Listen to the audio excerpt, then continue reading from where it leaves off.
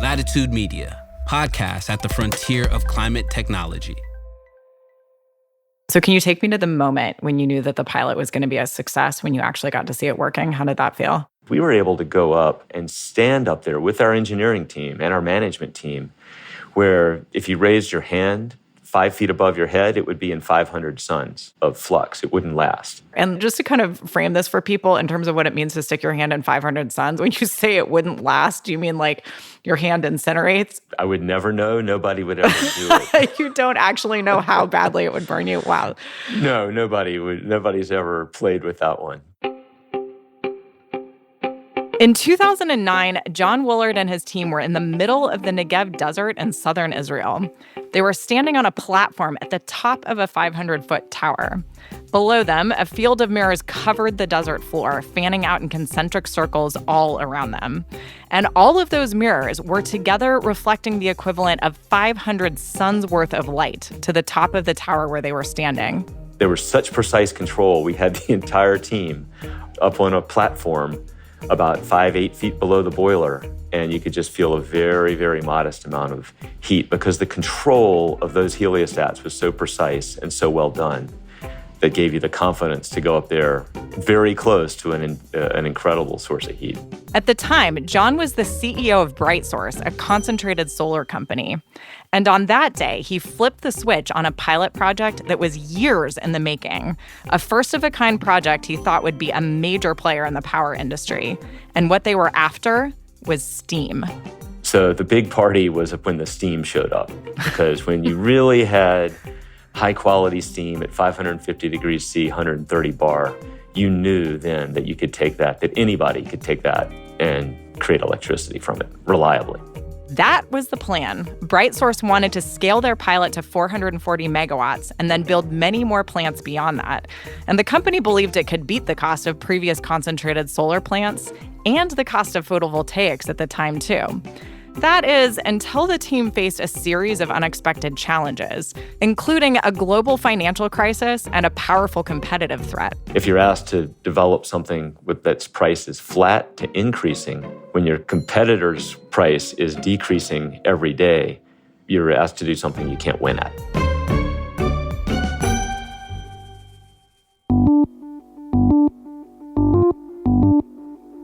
I'm Laura Pierpoint, and this is The Green Blueprint, a show about the architects of the clean energy economy.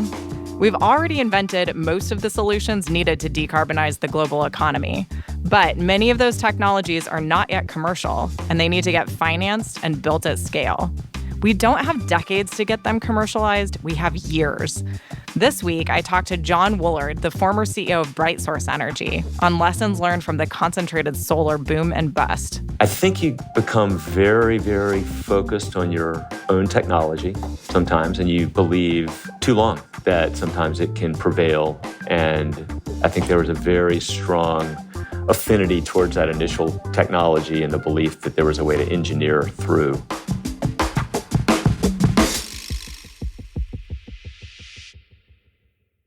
Artificial intelligence is one of the biggest stories in energy right now, from the AI-based solutions for the grid to the unprecedented load growth caused in part by the AI boom.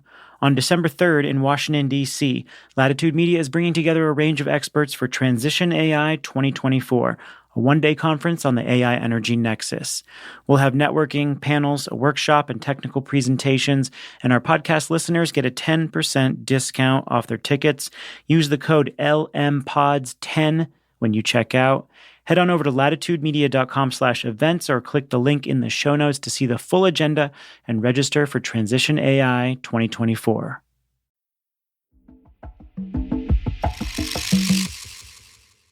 Back in the mid-2000s, concentrated solar power, or CSP, was on the verge of becoming a breakout star in the clean energy world. There are many different types of CSP, but the basic idea is that a field of mirrors reflects the sun's rays into a single point, creating heat and steam to drive a turbine and generate electricity. It's an idea that had been around for decades, but it never scaled beyond a handful of plants that relied on an old design. So the old design was a parabolic trough. Think of it as a mirror, a long parabola that focused on an oil that was at the focal point. And you could only get maybe 200 suns of concentration, and the oil could get to about 400 degrees centigrade. 400 degrees is hot, but it's not hot enough.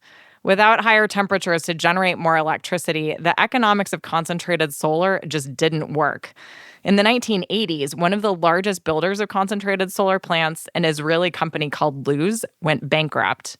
But in the 2000s, a window of opportunity opened up. California passed some standards around solar, renewable portfolio standards, and minimums that the utilities were now expected to buy. And the team behind Luz formed a new company that they called BrightSource Energy. They also brought in a new CEO, this is John, who had already started and had successfully sold an energy company. The company came back with a different design based on the same solar thermal concepts, but a radical engineering approach that was much different. It was a power tower. The higher your heat can get, the hotter your steam can get, the more efficient your turbine, and then you can decrease the amount of mirrors, all the cost.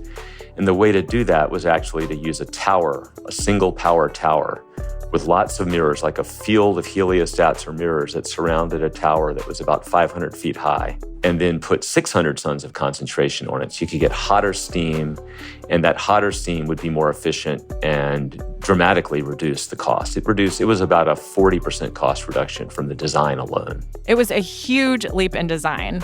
Individual pieces of the technology had been proven out and even been commercially done before, but no one had integrated them together into a single system. They believed they could beat out the competition. So silicon PV is starting to come on the scene at this point, but describe a little bit about how that looked and what the price was and why there were some advantages around this technology, especially because I know you've essentially got a thermal energy storage medium associated with these plants, right? Yeah, so think of it in just terms of what it takes to build something. Dollars per watt is maybe the easiest term for everybody to think of. And then capacity factor, how much energy you can produce. So silicon PV was around $9 a watt, and the tower technology we had was around $6 a watt, dropping to $5 a watt. So it was more or less half the price, and it could produce, if you put it in the right site, it could produce at around a 30% capacity factor versus more like a 23, 24% capacity factor. So lower CapEx cost and higher production gave you about a half of the LCOE, if you want to use that term. So about half the cost of delivered energy in the 2005, 2006 timeframe.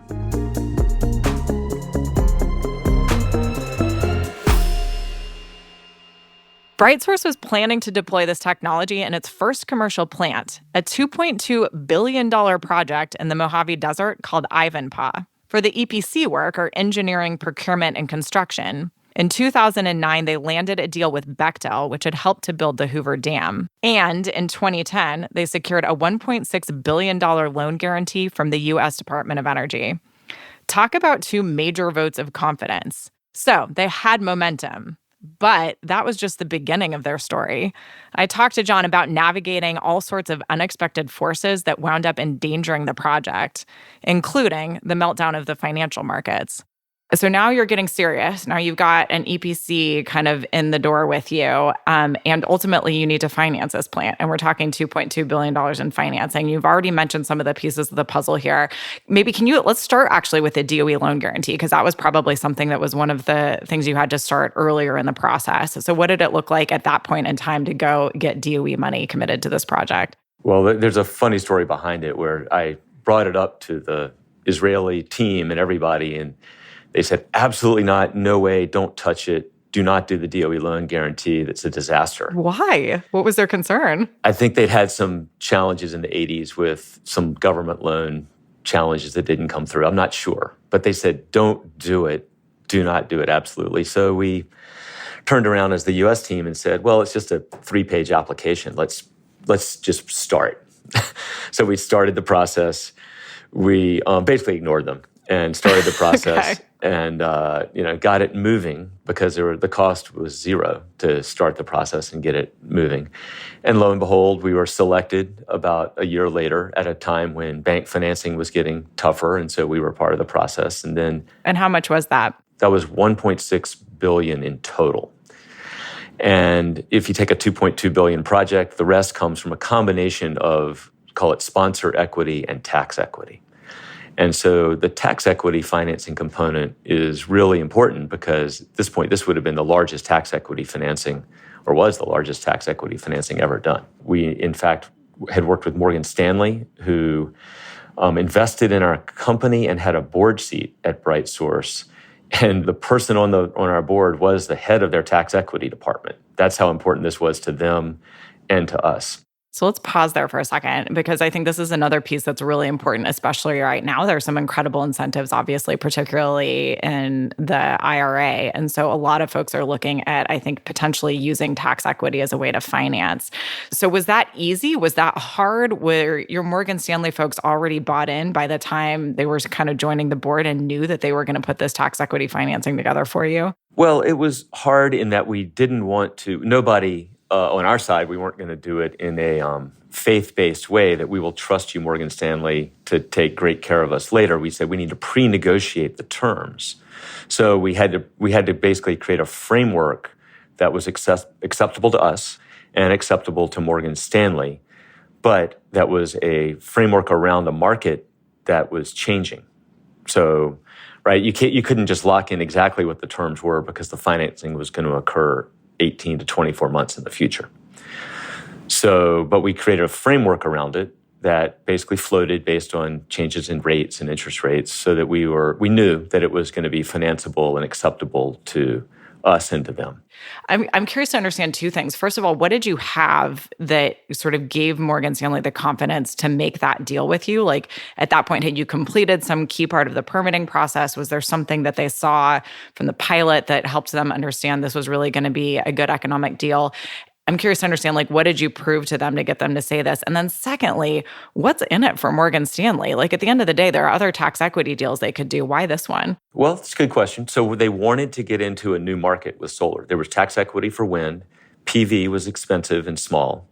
And so, this was really viewed as the next interesting market for tax equity. But what they looked at, when the pilot started to generate steam to spec, I believe that was a condition precedent to Morgan Stanley putting their capital into the company. But remember where we are in time.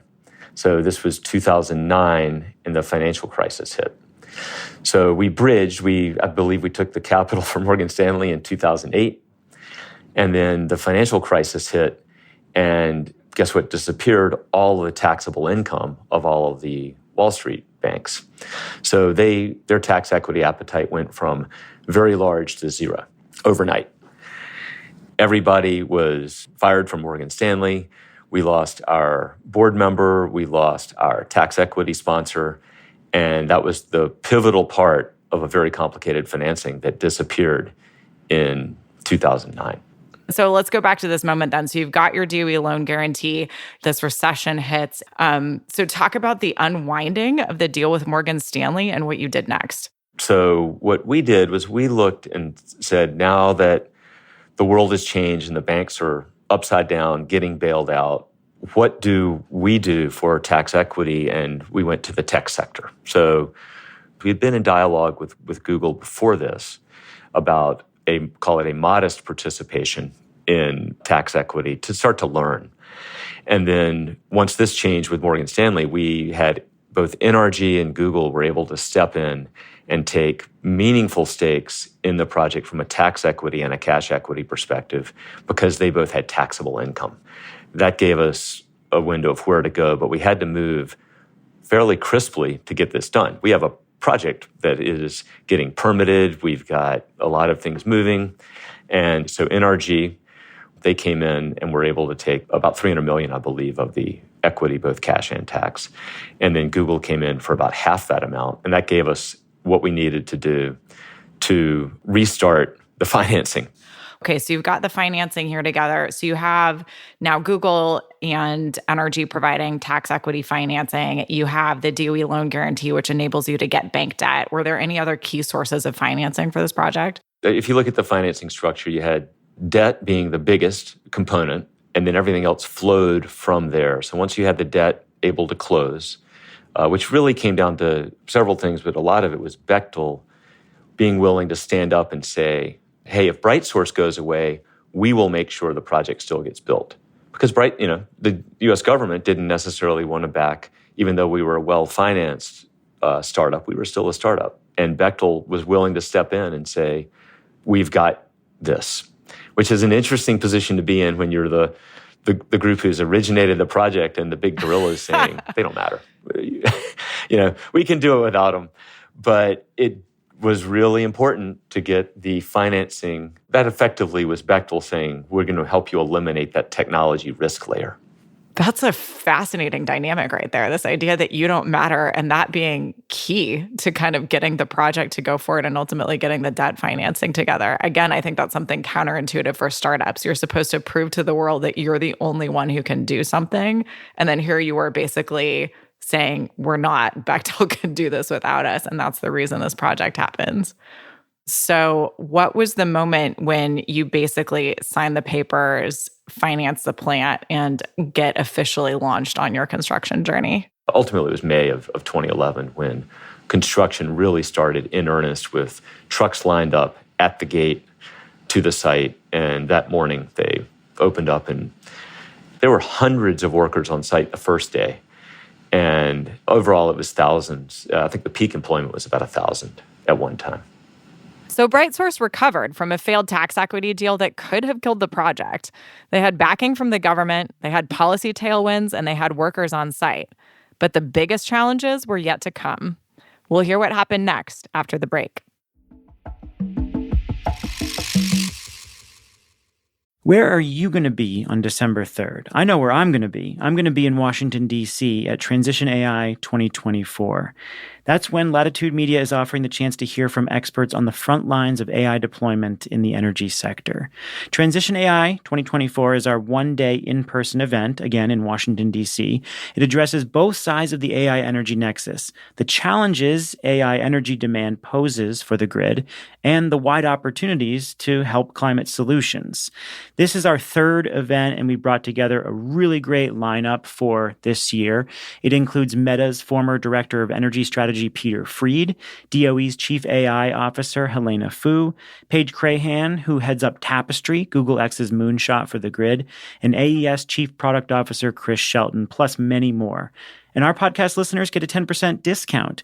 Use the code LMPODS10, that's Latitude Media, LMPODS10, when you check out. See the full agenda and register today at latitudemedia.com/events, or just click the link in the show notes.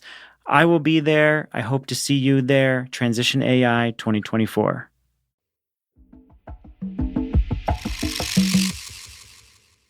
Well, and here's where I think, in some fairy tales, we'd love to say, and then they all lived happily ever after. But let's get into what it was like doing construction, because that's not quite how it was, right? Maybe we can start by talking about some of the heart-stopping moments you had related to some of the environmental challenges that started coming in as you're constructing this site.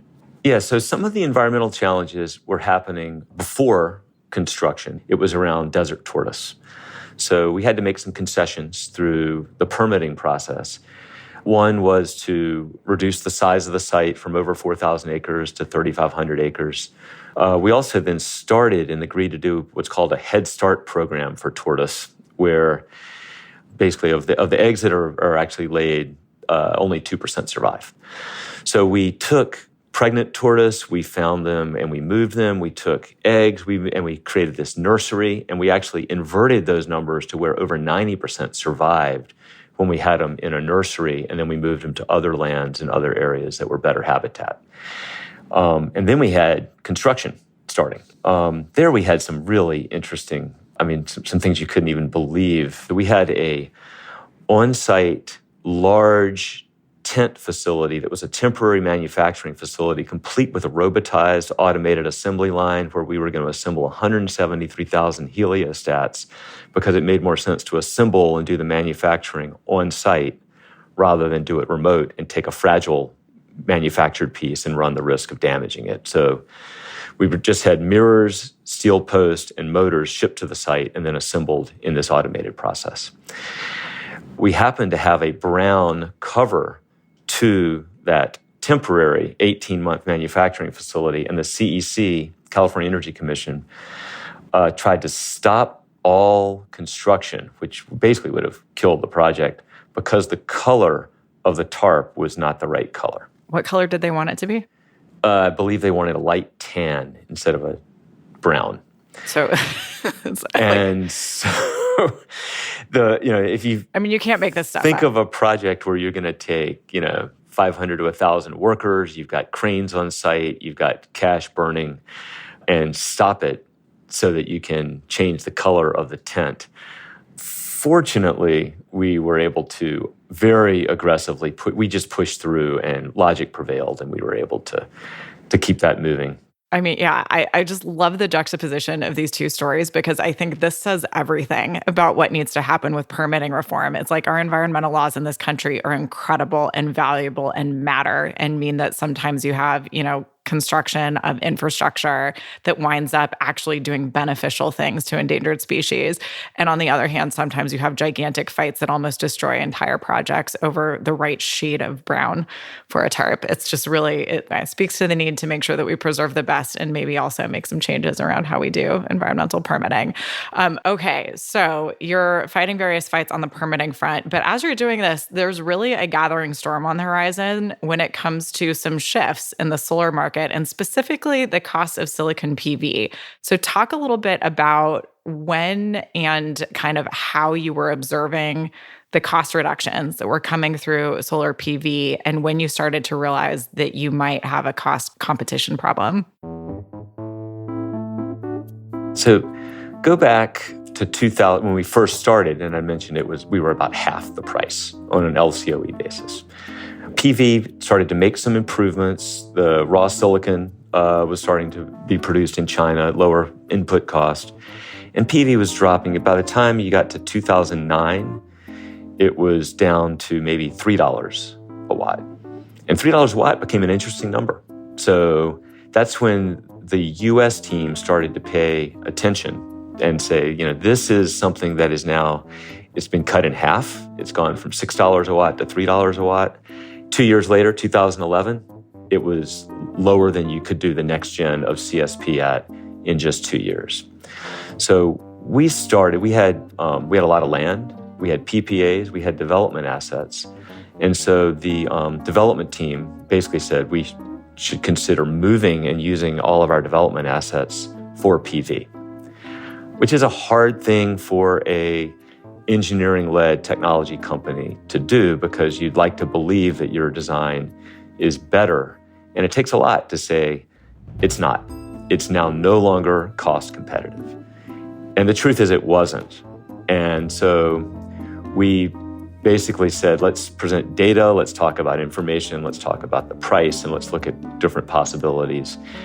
In the end, a lot of the engineering team that was based in Israel and had formed there had a strong belief, as did some of the venture capital money that had invested in the technology, that the technology, would have some breakthroughs and would be able to compete. And at that point, I think you started to lose the hearts, minds, and souls of the developers. Because if you're asked to develop something that's price is flat to increasing, when your competitor's price is decreasing every day, you're asked to do something you can't win at. There's no way to make it work. That set up a very interesting dynamic within the company, because we had this very, very real external force, and we had some interesting strategic choices to make.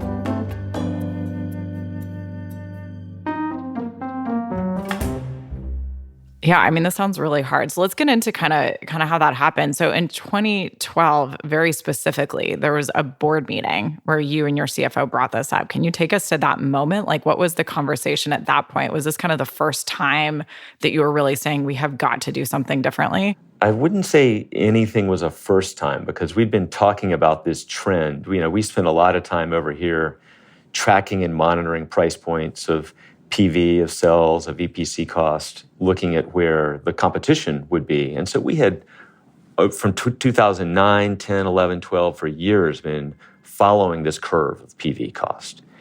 But I think it really came in 2012. That's when we basically said, we can no longer win game.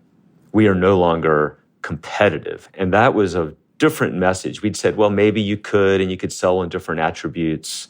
But at that point, we said, this is no longer a competitive technology. And is that because you just knew you couldn't wring out any extra costs? You talked about that this might be a flat to increasing cost for a solar CSP. How did you come to that conclusion? How did you know that you weren't going to be on the same trajectory as silicon PV? Well, so the engineering team was working really diligently and really hard to do whatever they could on costs. And our costs were going from, say, $5 a watt to $4.30 a watt, and maybe down to about $3.90 a watt. Meanwhile, at this point, PV is down at $2.50 and dropping faster. So in order to go get a new PPA, or in order to take the existing PPAs and make sure you could follow through on them, you needed to have a competitive price point, and we no longer did. Well, and so say a bit more about, because you said maybe we could compete on attributes. And I think this is something that I hear a lot in the startup community too. I have the better technology. I have thermal energy storage that's inherently baked into this particular technology that I have. So there's more that I can do and more services I can sell to the grid. But it sounds like fundamentally you came to the conclusion that that didn't matter. So can you talk a little bit about that specific dynamic? How did you know that cost of electricity was really the thing that was going to win the day? Well, no, it is interesting that you bring up storage, because the one attribute that CSP can deliver on is it can basically deliver energy over a longer time period through using molten salt storage. Now, we had not done that with Ivanpah. We were just generating steam directly. But the next designs all started to include molten salt storage, because then you could deliver, instead of an 8-hour or 9-hour solar window, you could deliver energy over an 18-hour window. So there is some benefit to integrating solar and storage, but the market at the time was not valuing that integrated product. So here you are, you're in 2012. You've just said to your board, this isn't going to happen. And it sounds like you sort of tried to make the case we should pivot effectively into a silicon PV company. And even though this is a company that pivoted on its technology before, that just wasn't going to happen this time. Is that essentially what you heard? Yeah, and to be clear, we were saying we're almost through the construction of Ivanpah. That is a fine project. It actually has strong economics. The project stands well on its own PPA, so you need to deliver on that. But then for all the next projects where we have land, interconnect, and PPAs, that we could use third-party technology, PV. We were not saying become a PV company manufacturer, but use third-party technology to deliver those contracts and basically become more of a developer. And that was a pivot that the board and a lot of the original shareholders did not want to make. Why not? I think you become very, very focused on your own technology sometimes, and you believe too long that sometimes it can prevail. And I think there was a very strong affinity towards that initial technology and the belief that there was a way to engineer through, whereas the development team here did not see that, and said that even if you cut it in half, it would barely be competitive. So then a year later, you left the company. And so how did things go from there? The project ultimately got built. Well, yeah. So I was very, I had been part of starting this, building this company. So it wasn't something that you want to ever leave unless it's kind of done over a long period of time. So we spent a year. We brought in David Ram as a CEO. I spent time with him, overlapping with him to make sure he was okay and that everything was stable. And I was working my way out and trying to leave David as somebody who believed in the mission, could be in charge. But I basically, didn't think that it was going to work other than being a developer. And you don't want somebody who doesn't believe in the mission running the company. That never works. So then let's talk about the sort of how things have gone since then for Ivanpah. Like, it's still generating power, right? So by many financial metrics, it's a big success. But fundamentally, I think it sounds like where the disagreement with your board lay was in the next couple of projects and the questions around, could you build concentrated solar projects after that? So say a bit more about kind of how you were thinking about those next projects and what ultimately happened with the company. Yeah, so to close off Ivanpah had some awkward parts ramping up, but ultimately delivered and ramps and produces power and energy today at about 90% of its original design capacity. One of the next projects was the Ashalim project in Israel, which was subsidized, smaller, and it was subsidized by the Israeli government. But it was a good project, but I think it was ultimately probably the last large solar thermal project to get built. Once that was done, it's really hard to see where solar thermal is competitive. It's just the economics of photovoltaic power they've gone down from $3 a watt in 2009 to 30 cents a watt for a module today. Now it's nudged up to 35 cents or something. But that price decline was so extreme, and the price decline of lithium-ion storage has been so notable that even with the attributes of molten salt storage, it's hard to see how solar thermal can be competitive today. That's not to say somebody can't find a new design and a new application for industrial heat or something in the future, but it's likely to emerge, if at all, as a niche where you have strong sun, strong DNI, and some reason to have heat rather than just electricity. Is there anything you would have done differently around thinking about cost curves of competing technologies? I mean, it sounds like you were doing all the work. You were tracking the cost of the other things that you knew could eat your lunch, and this was sort of the outcome. Would you have backed a different horse? There was really nothing to do from an engineering perspective that was additional. We were trying everything we could, and I think the engineering team was solid in being very thoughtful about using every tool at their disposal. I think if I had something to do over, I would have been more firm and more strong that the company was facing not just a decision, but an existential risk. And I would have been a lot stronger on that, saying that this company will not exist if we do not move to a new technology. Is there a way that the folks who are working on the CSP equivalents today can know that that's what's happening? In other words, is there a way that you could have seen maybe earlier that you ultimately had a technology that wasn't going to be the winner when it came to price competition, and maybe figured out earlier that you might have needed to pivot? Yeah, really take seriously the cost curves of things that might not be direct competitors, but even indirect competitors to you. One example is a lot of people aren't taking small nuclear and the new nuclear technologies very seriously. They're starting to get contracts. The large tech companies are starting to actually move forward with them. To me, some of those might indicate that something like, I'll pick on offshore wind at 15 cents and up is not economic compared to reliable power at a number lower than that. So I think, being really thoughtful about what is emerging and what the potential is for engineering and for engineering cost out. And just because something's a little more expensive today doesn't mean that it's not going to have a path forward that could change everything. John Woolard is the former CEO of BrightSource Energy. He's now the CEO of Meridian Clean Energy. The Green Blueprint is produced by Latitude Media in partnership with Trellis Climate. The show is hosted by me, Laura Pierpoint. Our producers are Aaron Hardick and Daniel Woldorf. Ann Bailey is our senior editor. Sean Marquand is our technical director. Stephen Lacey is our executive editor. If you'd like to suggest topics or guests for the show, send an email to editorial@latitudemedia.com. You can listen to The Green Blueprint at latitudemedia.com or subscribe wherever you get your podcasts. And if you have fellow clean energy or climate tech travelers who would benefit from the insights in this show, send them a link. This is The Green Blueprint, a show about the architects of the clean energy economy.